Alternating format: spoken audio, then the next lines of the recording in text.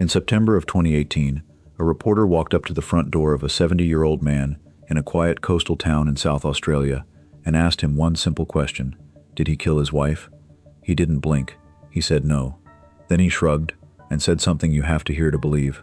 All husbands are suspects. He told the camera he figured his wife was still out there somewhere, living her life. He hoped she was doing well. Here's the thing. His wife had been missing for 45 years, and in less than 24 hours, everything about this story was about to fall apart. If cold cases that take decades to crack are your thing, you're going to want to stay for this one. Hit subscribe now so you don't miss where this goes, and let's get into it. We have to go back to the beginning. Back to a small house on a quiet street in a little town called Maitland on South Australia's York Peninsula. The date was the 22nd of November, 1973. It was a Thursday night. A 25-year-old man came home late. He'd been drinking. His wife was still awake, waiting for him, and the second he stepped through the door, the fighting started.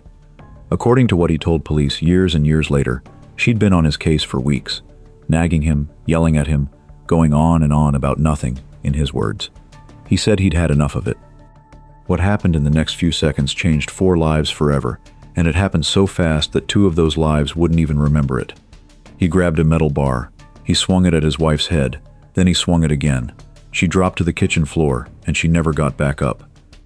Picture this house for a second. In the kitchen, a man standing over his wife's body. On the floor, a 24-year-old woman who just seconds earlier had been very much alive. And down the hallway, behind a closed bedroom door, 2 little girls fast asleep, completely unaware their whole world had just changed. The older one was 3. Her little sister was 18 months old. Neither of them would ever remember a single second of that night. Now, here's where this story takes a turn that's honestly hard to wrap your head around. He didn't call an ambulance. He didn't call a neighbor. He didn't call anyone. He just walked away and left her lying there on the kitchen floor, and he stayed in that house all night long, with his wife's body in one room and his sleeping daughters in another. When the sun came up the next morning, he grabbed a shovel and went out to the backyard. He started digging a hole, not a deep one, just deep enough to make what he was about to do disappear. Then he carried his wife's body outside and buried her. By the time his little girls woke up that morning, their mother was already in the ground, and their father was making them breakfast at the very same kitchen table where she'd died the night before. At some point after that, maybe that same day, maybe weeks later, nobody ever pinned down exactly when, he poured a slab of concrete right over that patch of dirt in the backyard. Just like that, there was nothing left to see. No mound, no disturbed soil, nothing. Just a flat, ordinary-looking bit of concrete sitting behind the garden shed, the kind of thing nobody would ever look twice at. Detectives would actually stand in that exact backyard years later, staring at that slab, having absolutely no idea what was underneath it. So now he had a body buried in his backyard, and 2 toddlers who were going to grow up asking where their mother went. He needed a story, and he needed it fast. What he came up with was simple, and it was cruel, and it worked for 45 years.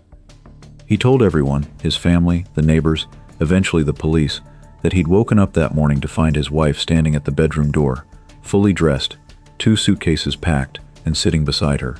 He said she told him the marriage was over, that she never wanted to see him or their 2 daughters again.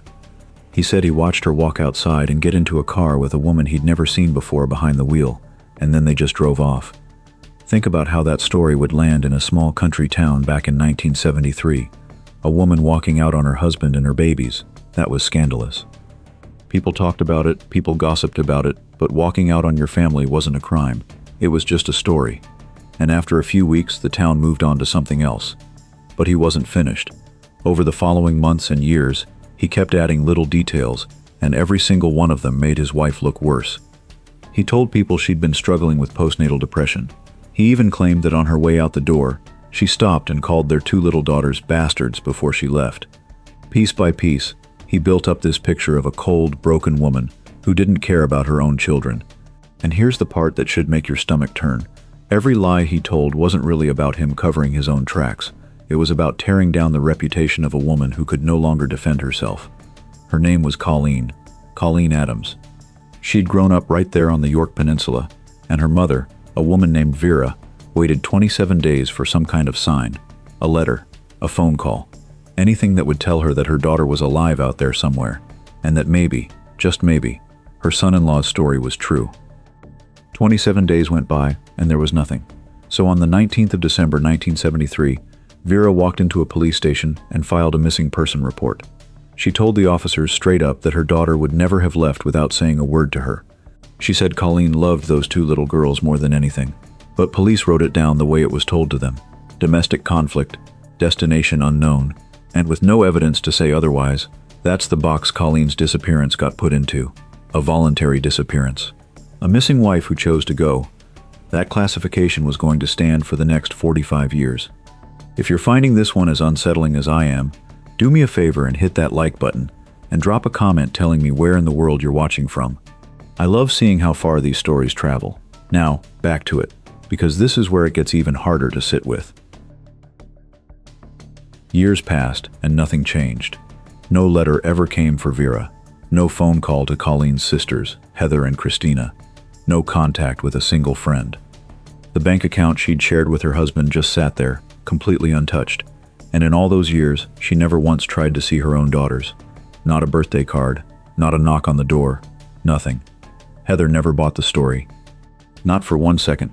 She'd grown up alongside her sister, and she knew Colleen, really knew her, and she kept telling anyone who'd listen that the sister she loved was not capable of walking away from her own kids like that. Something else had happened to her. But believing something and proving something are two very different things, and without a single piece of evidence to contradict the husband's story, the case just sat there, gathering dust. By 1979, 6 years had gone by with total silence, and that silence itself started to look like evidence. No contact for 6 straight years pointed toward something far darker than a woman starting a new life somewhere. So South Australia police reclassified Colleen's case, upgrading it from a missing person file to a major crime investigation. Detectives went back and sat down with the husband again. He was just as calm and just as convincing as he'd always been. 6 years hadn't cracked him even a little. And that was the investigators' whole problem in a nutshell. No body meant no cause of death. No cause of death meant there was no charge they could actually bring. No witnesses meant nothing to back up their suspicions. Everybody who worked that case felt in their gut that something was very wrong, but a feeling doesn't hold up in a courtroom. You need proof, and right now, there wasn't any. The 80s rolled by.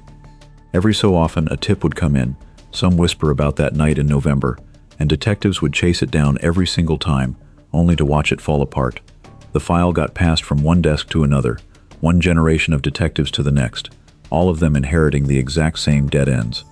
By the 90s, nothing had moved an inch, and the man at the center of it all was still living right there on the York Peninsula, still raising the 2 daughters whose mother he had killed in their own kitchen. At some point, he moved from Maitland to a nearby town called Wallaroo, just 20 minutes down the road. The very town Colleen herself had been born in. In 2001, police tried again. This time they had a theory that maybe the remains had been dumped somewhere off the property entirely, so they organized a search at a local rubbish tip. Officers spent days combing through it. They found nothing. Around that same time, the South Australian government put up a $200,000 reward for any information that could lead to finding Colleen's remains or convicting whoever was responsible. Nobody ever collected that reward because the only person who actually knew the answer was living a quiet, ordinary retirement in Wallaroo. And that slab of concrete in the Maitland backyard never moved. Now here's the part of this story that really gets me, and I think it's the part that's going to stick with you too. While all of this was happening, while the case sat cold for decades, 2 little girls were growing into women, and they were growing up under the shadow of a lie. The older one held on to a few scattered fragments of memory. The younger one had absolutely nothing. No face, no voice.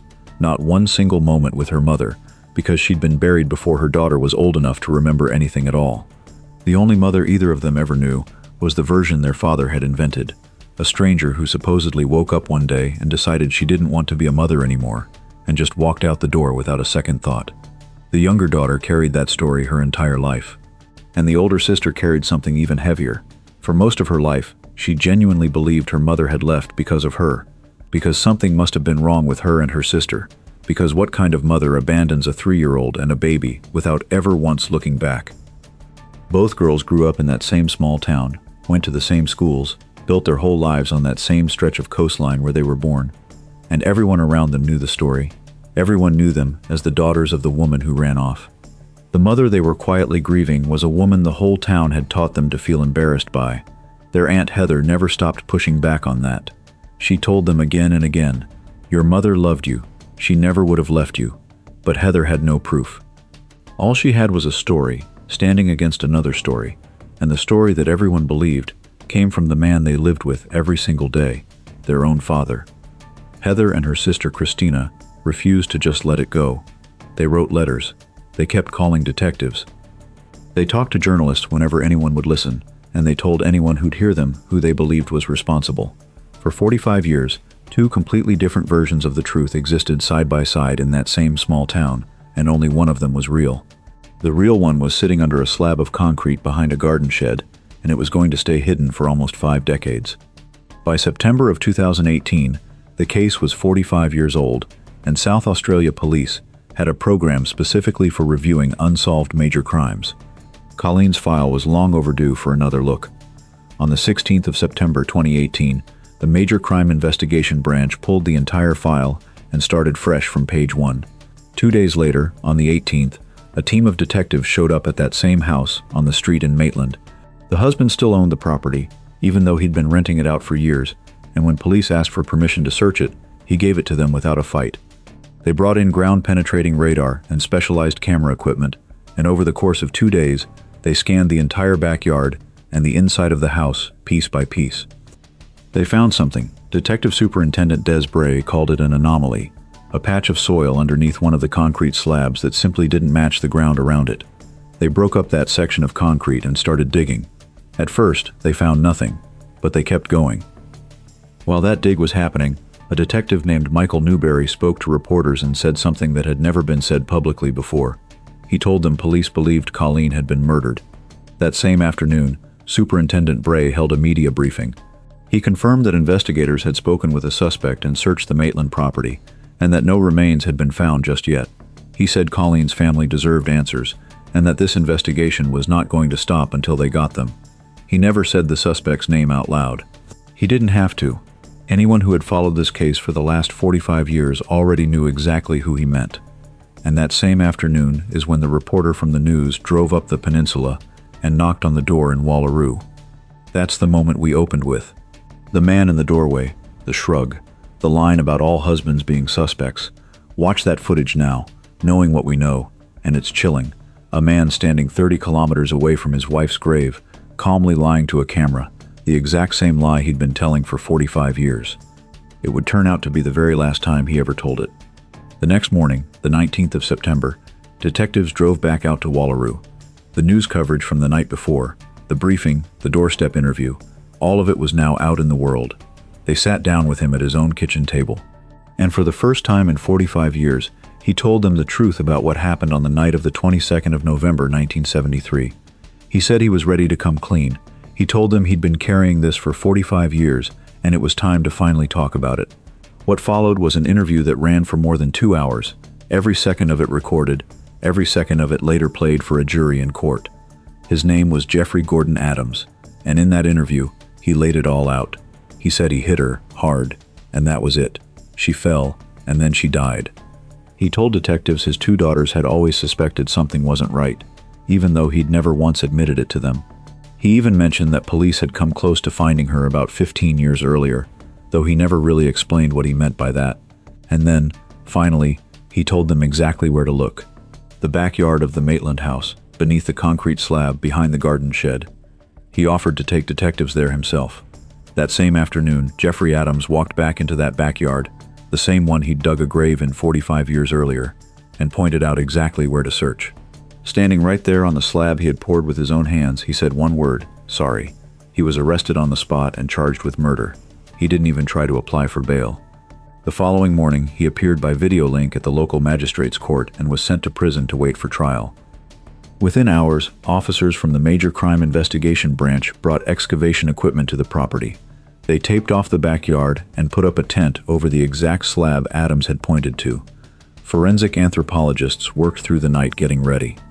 At first light the next morning, the dig began. The concrete came up first. Then, layer by layer, the soil beneath it. Just after 1 o'clock that afternoon, they found her. Skeletal remains, at a depth consistent with a grave dug by hand back in 1973, buried under concrete that had sat there for 45 years. Superintendent Bray told reporters they'd found her exactly where they'd been told to look, just about an hour earlier. Forensic examination backed up everything Adams had confessed to. The pathologist found multiple fractures to the skull, consistent with repeated blows from something heavy. There was also a broken bone in one hand, the kind of injury you get from raising your arm to block an attack. Some of the bones had been damaged during the dig itself, but the pattern of the original injuries was unmistakable. A little while later, Colleen's younger daughter arrived at the property. She hadn't set foot there since she was a baby. She'd been 18 months old when her mother was buried in that yard, and now she was 46 years old, standing in the same backyard for the first time she could ever remember. She handed a written statement to a victim support officer, who read it out loud to the waiting media on her behalf. It said, "Today I finally found my mother. After 45 years of hoping, we have found her." She thanked the police for never giving up, and she said she hoped this day could be a message of hope for anyone else out there still living with an unsolved case in their family. Today, her statement said, "We have seen there is hope." Colleen's remains were taken away for formal identification and further forensic testing. Jeffrey Adams tried to plead guilty to manslaughter.